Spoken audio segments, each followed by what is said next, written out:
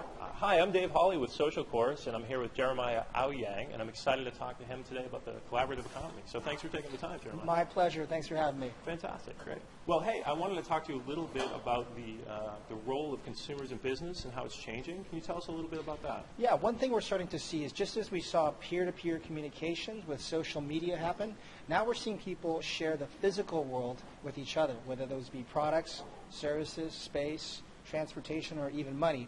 And they're using technologies like mobile devices and social and Internet of Things to make that happen.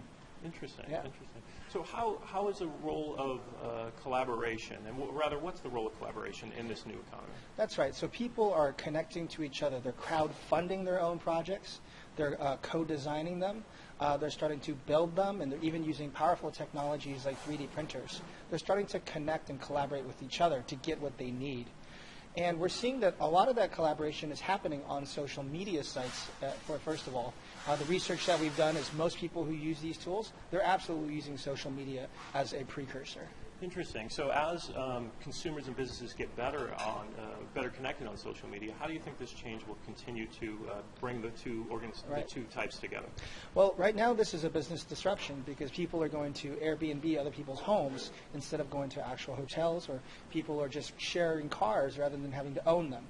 When brands move into this space and figure out how they can be part of it, they're going to ask their own customers to share products with each other to foster word of mouth. But not just in the digital and social media space, but actually share the physical goods, which is a highest form of advocacy. Absolutely. The actual goods.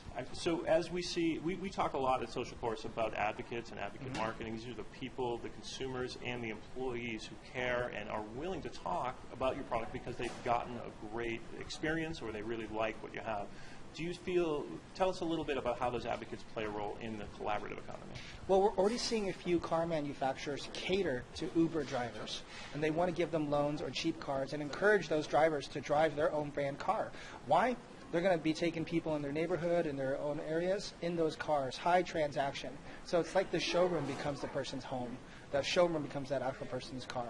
So expect that advocacy marketing will not just be in the social space where you guys are excellent, but we'll have to also soon see those things shift to the physical world and encourage customers to share their physical goods. So physical and digital sharing is on the future of the horizon for most brands and brand marketing. But it's also important to note when people share the physical world, they're going to do so digitally as well. These two are tied. You can't separate them at all. Can you give us another example of that? Yeah, most of the people that are using car and home sharing are using social networks, and they find information about which products they want to get from their peers through social networks. So there's already that deep tie on those. In fact, Airbnb, where people stay at each other's homes, that uses Facebook Connect. So you can find friends that are renting places out there. These are inherently intertwined. Absolutely. Well, thanks very much for the time. My pleasure. I appreciate you taking it. Cool.